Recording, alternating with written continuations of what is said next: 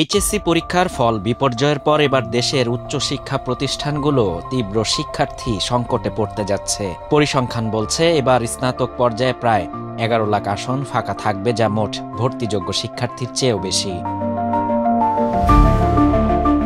চলতি বছর এইচএসসি ও সমমান পরীক্ষায় ১২,৩৫,৬৬১ জন শিক্ষার্থী অংশ নিয়েছিল, যার মধ্যে উত্তীর্ণ হয়েছে ৭,২৬,৯৬০ জন।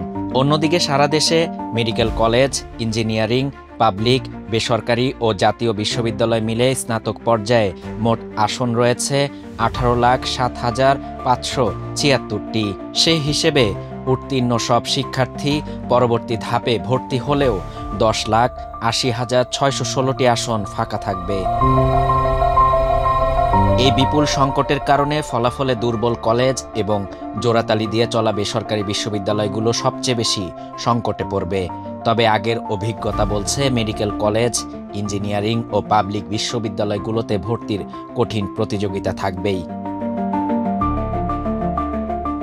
শিক্ষা বিশেষজ্ঞরা বলছেন, রাজনৈতিক বিবেচনা এবং অপরিকল্পিতভাবে যত্রতত্র শিক্ষা প্রতিষ্ঠান গড়ে ওঠায় এই পরিস্থিতি তৈরি হয়েছে, যা নিয়ে নতুন করে ভাববার সময় এসেছে।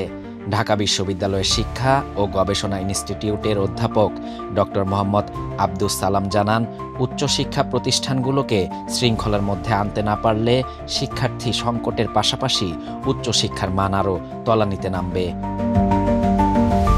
শাহরিয়ার শাফাত, বাংলা নিউজ 24।